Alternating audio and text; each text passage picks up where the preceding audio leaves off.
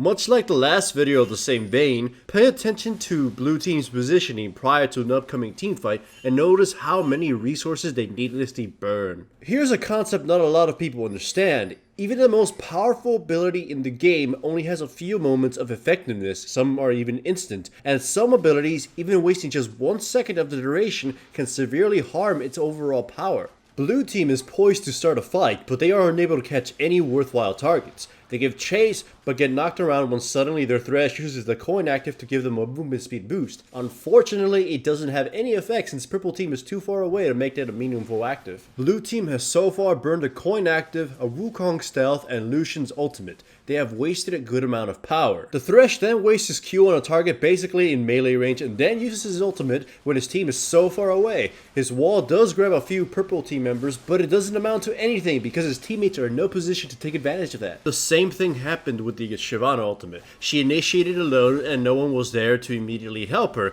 and even then no one bothered to go to her anyways. Her ultimate's most crucial moments are over and then she's just immediately controlled after that. The Wukong's ultimate is also basically made less effective because he hesitated to use it because he couldn't decide whether to use it offensively against the purple carry or defensively to protect Orianna and Lucian. When he finally did decide to use it, John knocked him back and displaced him, making him waste even more time. Even so, his teammates were already scattered and maimed, and it was only a matter of time before they were all torn to pieces. They also left their backline completely exposed, which allowed them to be initiated upon and attacked by an assassin. Lucian died immediately and wasn't able to contribute at all, while the Orianna was forced to use her resources, as in summoner spells and abilities, to secure her life rather than to actually fight. Thus, they weren't used to their full effect. There are a few lessons to take from this. Even if you get initiated on, you can still win the fight if your opponents are in no position to actually follow up on the initiation. Every second wasted of an ability with a duration is a big deal and can lose you or win you fights. Every ability wasted prior to a fight lowers a team's fighting effectiveness,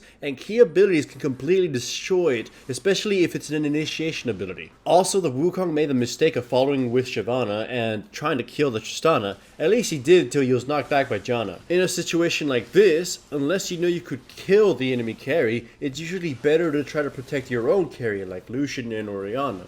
This fight resulted in a catastrophic loss for blue team, as they did not do significant damage to purple team to deter them from pushing down towers and eventually winning the game. If a fight seems so dire that you feel the result will be horrifying for your team, you may want to simply abandon teammates you cannot save and try to regroup to minimize the damage your opponents will deal as a result of their victory. There is simply a misconception in League of Legends that you must always follow up a teammate's poor initiation decisions. Sometimes it's just better to let them be the only ones to die rather than to gamble it all on a bad hand. Thresh's initiation was likely even confusing for his team since they did not react fast enough, as if they didn't suspect he would do something like that, or they knew they were already at a disadvantage, so they may have wanted to fall back to their towers or at least waited till their abilities were back off cooldown.